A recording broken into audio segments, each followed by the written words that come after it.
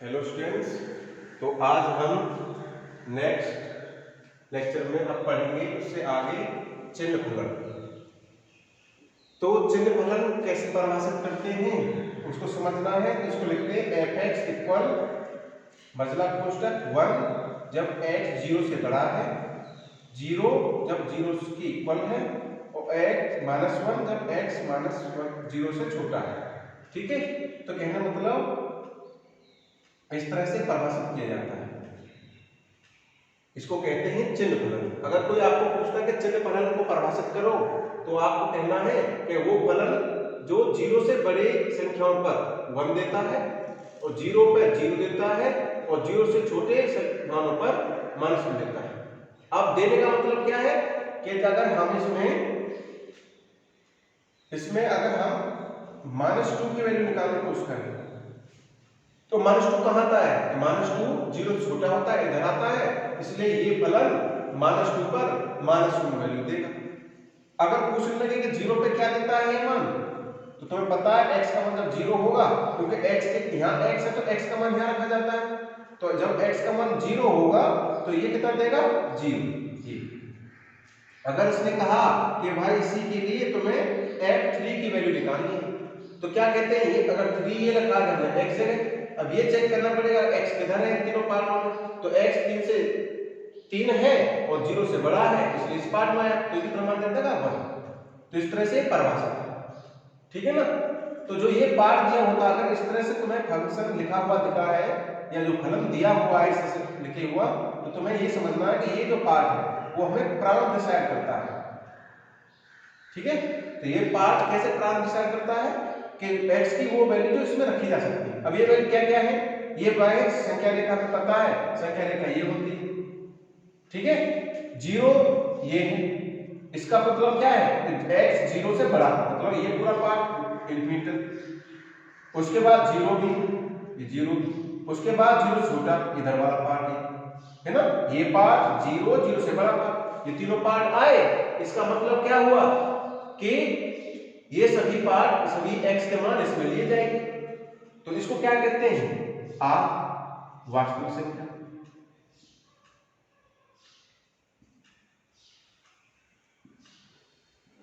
ठीक, तो कहने का मतलब इस फलन के लिए प्रांत क्या हुआ हमारा? वास्तविक संख्या। प्रांत क्या है? ठीक, एक चीज मिला। दूसरी चीज परसेंट के लिए काम करते हैं, तो हमें पता है कि यहाँ पर अगर जितनी प्लस की वैल्यू रखी जाएगी ये 1 देगा, जितनी 0 पर ये 0 देगा, और जितनी भी नेगेटिव वैल्यू है उन पे -1 देगा। कहने मतलब माइनस घर वाले से जितने भी मान है उसमें -1 देगा, 0 पे 0 देगा और प्लस वाले पे 1 देगा। ये तीन ही मान पूरी वास्तविक संख्याओं के लिए आएंगे। ठीक है, तो इसका पर्सन क्या है? जो प्रांत रखने पर जो हमें x का मान fx का मान मिलता है वो हमारा पर्सन है, इसलिए पर्सन में क्या माने जाएंगे इसके? पर्सन इसका हो जाएगा -1 0 और 1। ठीक है, अब इसका ग्राफ बनाते हैं। तो ग्राफ बनाने के लिए क्या खींचते हैं? पहला स्टेप होता है कि x अक्ष और y अक्ष खींचा जाए।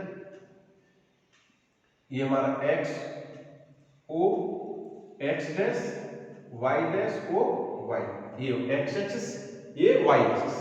अब ग्राफ खींचने के लिए यहां हमने 1 लिया, यहां 2 लिया, यहां 3 लिया, ऐसे ही आगे बढ़ते जाएंगे, इधर -1, इधर -2, इधर -3, ऐसे आगे बढ़ते जाएंगे। ठीक, आगे समझना है कि ये जो फलन परिभाषित है वो किस तरह से है कि अगर इसमें देखा जाए 0 पे क्या देगा, ये 0 मान, इसलिए ड्रॉप कर दिया उसको। उसके बाद जितने भी प्लस वाले मान हैं उन पे सभी पे क्या देगा? 1। जैसे अगर 1 पे देखा जाए तो 1 पे भी क्या देगा? ये 1। यहाँ 2 पे भी क्या देगा? 1। उनके बीच वाले मानों पे भी, इन सभी मानों पे क्या देगा? 1 1 1। उसके बाद 3 तक क्या देगा? 1। सभी इन सभी मानों पे क्या देगा? 1 1 1 1। और ये लगातार मान है, इसलिए ये भी ग्राफ कैसा आएगा? लगातार आएगा। तो यहीं से स्टार्ट होगा, ये ऐसे बढ़ता जाएगा, इसलिए बढ़ा इस डायरेक्शन जाएगा, इसलिए पूरा एरो बना। अब आगे समझना है कि नेगेटिव पे क्या देगा? नेगेटिव पे ये परिभाषित है कि जितने भी नेगेटिव मान है x जब 0 से छोटा है वो सब नेगेटिव मान है, उस पे क्या देगा? -1। तो यहाँ -1 पे क्या देगा, इधर -1 आता है तो -1 पे -1, उसकी इधर वाली वैल्यू पे भी क्या देगी, -1, उधर वाली सभी पे क्या देते जाएगा, -1, ऐसे ये स्टेप चली आएगी। ठीक है, इस तरह से आगे समझना है कि फलन किसी एक पार्ट प्लस 0 पर अगर देखा जाए, अगर डार्क किया उसका मतलब 0 पे 0 दे रहा है। ठीक है, कहने मतलब क्या है कि f 0 पर 0 मिला। अगर इसको मैं डार्क करूं इसका मतलब क्या है कि 0 पर इसने 1 भी दिया, इसको भी डार्क करूं इसका मतलब 0 पर इसने -1 भी दिया, तो 3 मान हुए 0 पर, कि 0 पर एक को दे रहा है, इस तरह से डार्क करने पर 1 0 और -1 3 मान दिए। तो इस तरह से 0 का जो इमेज होंगे, प्रतिबिंब होंगे, कितने बनेंगे, 3। तो ऐसा फलन में संभव नहीं है, इसलिए यहां ओपन करते हैं। ओपन मतलब कि ये मान इंक्लूडेड नहीं है, 0 पर ये इसने 1 नहीं दिया, ऐसे -1 नहीं दिया, क्योंकि इस तरह से परिभाषित कि 0 पर सिर्फ 0 देगा, और इधर वाले मानों पे क्या देगा, -1, इधर वाले मानों पे 1 देगा। तो इस तरह से तो ये ओपन और क्लोज का कांसेप्ट ये है कि 0 पर 0 देगा तो ये डार्क कर दे जाएगा, अगर 0 पर ये 1 नहीं देगा तो वहां ओपन कर दे जाएगा, 0 पर ये -1 नहीं देगा तो यहां ओपन कर दे जाएगा। ठीक है ना, जो मान नहीं देता वो ओपन कर देते हैं, जो मान देता है उसको डार्क कर देते हैं। तो इस तरह से इसका ग्राफ बनेगा। ठीक, आगे तीनों चीज समझना है, प्रांत, स्पर्शक और ग्राफ। इसके लिए तो ये दोबारा से अपन करते हैं कि ये पार्ट पर प्रांत देगा, ये पार्ट माइनस के नंबर प्लस के नंबर है, 0 भी है, माइनस के नंबर है, इसलिए वास्तविक संख्या इसका प्रांत हुआ। ये हमें स्पर्शक देता है। ठीक है, यहाँ पे स्पर्शक में क्या क्या है कि जितने प्लस के मान उसको 1 देगा, अकेला 1, 0 पे 0 देगा, जितनी माइनस की संख्या है इधर वो 1 देगा, 3 मान देगा, इसलिए स्पर्शक में 3 मान आए।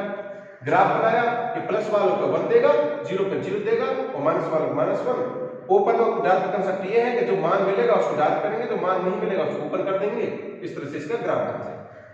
ठीक, अगला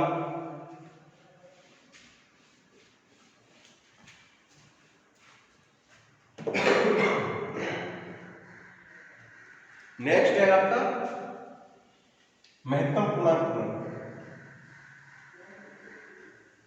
महत्तम पूर्णांक फलन, ग्रेटेस्ट इंटीजर फंक्शन। ठीक है, इसको किस तरह से परिभाषित किया जाता है, तो अगर इसको लिखाता है, निरूपण क्या है इसका, नोटेशन क्या है, f(x) = बड़े ब्रैकेट में x। अब ये परिभाषित किस तरह से किया जाता है, इसकी परिभाषा है। परिभाषा क्या है कि अगर इसमें हम कोई भी दो परिभाषा है, दो पॉइंट है इसकी परिभाषा में। पहला पॉइंट क्या परिभाषा का, पहला पॉइंट है कि सभी पूर्णांकों का पूर्णांक कितना है। ठीक है, एग्जाम्पल कि अगर हम इसमें f(1) की वैल्यू निकालें तो यहां 1 लिखेंगे तो क्या दे देगा, 1। अगर हम इसमें f(-2) निकालें तो क्या दे देगा, -2 पर -2।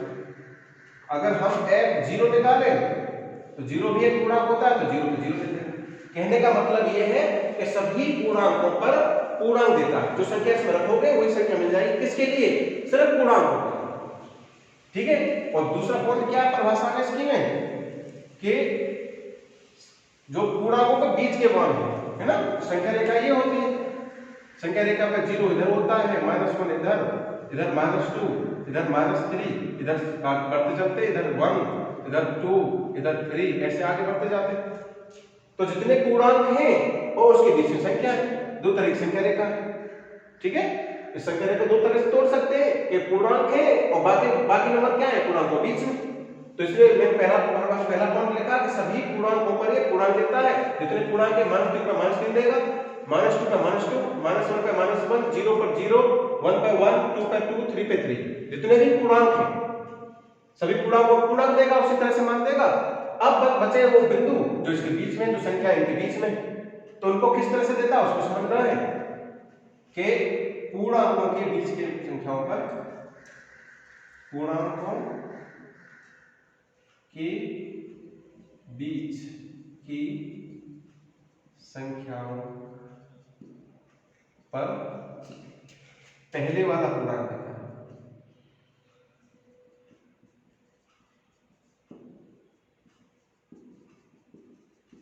इसका मतलब समझना, इसका मतलब ये है कि अगर हमारा बीच में क्या है, -2 और -1 के बीच में कुछ भी ले लो, जैसे अगर हमने लिया 1.5 माइनस और पूछने लगा इस पर मान क्या देना है, ठीक है, तो इसमें -1.5 आएगा और यहाँ संख्या रेखा पर हमारी इमेज बन गई, तो ये इससे समझ में आएगा। तो -1.5 कहाँ आता है, इधर आता है, तो इससे पहले वाला पूर्णांक क्या है, -2, तो ये क्या दे देगा, -2। कहने मतलब -1.5 दो संख्याओं के बीच में आता है, -1 और -2, तो पहले वाला पूर्णांक देते हैं, ठीक है। अगर और पूछा जाए कि ये बताओ कि 2.3 पे कितना मान देगा, तो हमारा स्टेप क्या होगा, 2.3 को देखेंगे किस किस के बीच में आता है, 3 और 2 के बीच में आता है, इसका मतलब 2 मान दे देगा पहले वाले, तो लिखेंगे इस तरह से 2.32। अगर पूछने लगे 2.6 पर क्या मान देता है, तो क्या समझना है, लिखेंगे इसी को इस तरह से ही और चेक करेंगे किस किस के बीच में आता है, 3 और 2, तो पहले वाला पूर्णांक देता कितना दे देगा। तो सिंपल सा है कि ये है कि अगर किसी भी पूर्णांक के बीच में आता है तो उससे पहले वाला, तो जस्ट पहले वाला जो पूर्णांक है वो उसका मान होगा, इस तरह से ये परिभाषित होता है, ठीक है ना। तो हमें समझ में आया कि जितनी भी पूर्णांक है उसको ये मान दे रहा है और बीच वाली जितनी संख्या उनको मान दे रहा है, इसका मतलब प्रांत क्या हुआ, प्रांत क्या हुआ, पूरी वास्तविक संख्या, इसलिए प्रांत क्या आ जाएगा इसका, ये प्रांत भी। अब रही बात परसर की, यही समझ में आता है कि जितने पूर्णांक